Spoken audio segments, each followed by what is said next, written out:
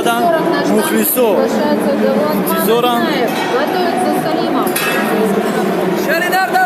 Шеринари тоҷик барак Тоҷикистон барои ту бардошта шуд.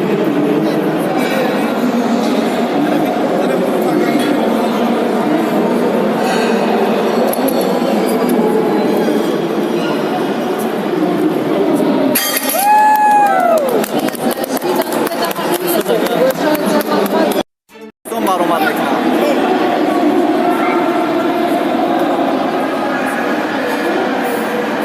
боло бардор байраки Тоҷикистонам. навҷавон, чемпион, фахри Тоҷикистон.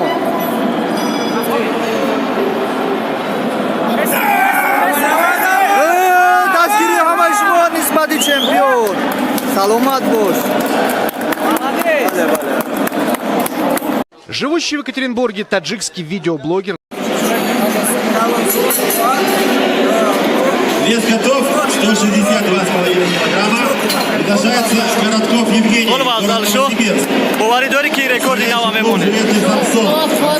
46 лет. Яъне ба худ боварӣ дорӣ, ба иншолло. Саломат бош. Готовится Комаров Петр. Я фаромӯш накунед, ҳаракат кунед. Қарсак, таҳти қарсако. Агар донед ки Одинаев мебардорад, қарсака бисёр занед. Давай! Yes! Бале Одинаев, Шерина. Комаров Петр. Живущий в Екатеринбурге таджикский видеоблогер, называющий себя солнечным мальчиком, Санбой.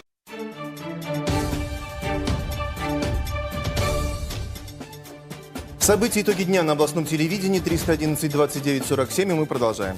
Сейчас узнаем всю правду о жизни мигрантов из Средней Азии в Екатеринбурге из первых рук от автора видеоблога «Я таджик». Вначале именно о нем расскажем. Последние новости из жизни приезжих почти год рассказывает в своем видеоблоге мигрант из Душанбе Парвиз Абдулоев, учитель английского и корейского языков в Екатеринбурге уже 8 лет. В его зарисовках экскурсии по самым красивым местам. Понял, да? Красиво, да? Привет, говорю. Классно. Классно, да. Вообще так красиво дома. В прямом эфире Парвиз учит готовить, гуляет по продуктовым и вещевым рынкам, бывает на городских праздниках. Блогер знакомит подписчиков с друзьями-мигрантами из соседних республик, которые приехали в столицу Урала на заработки, продавцами, парикмахерами, врачами. Канал Парвиза смотрят почти 20 тысяч человек. И наш гость Парвиз Абдулоев.